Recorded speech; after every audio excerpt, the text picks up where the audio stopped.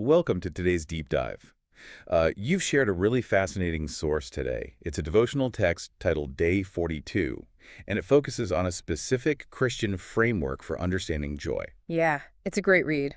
Right, and our mission today is to unpack the text's core argument, which is the profound difference between fleeting happiness and, like, a resilient joy, and how it suggests applying this to your daily life. Exactly. It's a really practical breakdown. Okay, let's unpack this. hmm I kind of see their definition of happiness as being like the weather, constantly shifting based on what's happening around it. That's a perfect way to put it. Right, like you get a free coffee and it's a sunny, but then you hit traffic and boom, it's a thunderstorm. It's completely reactive.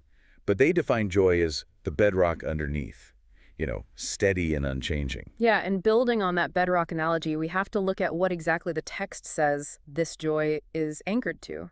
It argues that joy is built on an unchanging savior rather than our shifting circumstances. Which is, super counterintuitive for most of us. Definitely. But they use a historical example to back it up. They bring up the Apostle Paul. He actually wrote the phrase, "Rejoice in the Lord always," in Philippians 4:4. Wait, wasn't he in prison when he wrote that? He was facing imprisonment, total uncertainty, and incredible hardship. And what's fascinating here is how the text warns against what they call postponing joy. Oh, right. The trap of thinking, well, I'll finally rejoice when I get the promotion. Or when I find the right person. But, so what does this all mean? If joy is completely independent of our situation, is the text telling you to just slap on a smile and never be sad?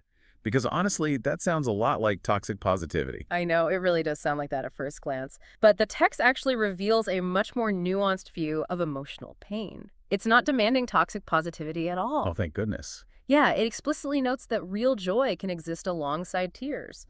It points out that, Jesus himself wept and experienced severe rejection, but he still remains secure.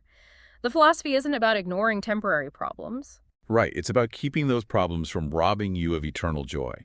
So it survives unanswered prayers and seasons of waiting. Exactly. You can still feel the pain without losing your foundation. Here's where it gets really interesting. It's almost like a ship with an incredibly deep anchor. The surface waves, the sorrow, the daily frustrations, they still rock the boat. You absolutely feel the storm. Right, but the anchor keeps you from drifting away.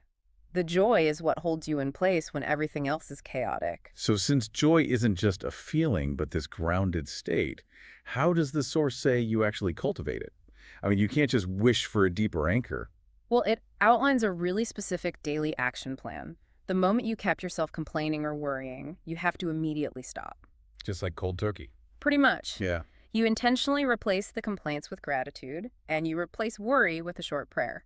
The guiding principle they use is that joy grows wherever gratitude and trust walk together. Wow. Joy grows wherever gratitude and trust walk together. I love that. It's actively overriding the brain's natural fixation on the storm. Yeah, and this raises an important question, like, how does this internal shift actually impact the people around you? Oh, the ripple effect. Exactly. The text claims that a joyful person actually blesses relationships.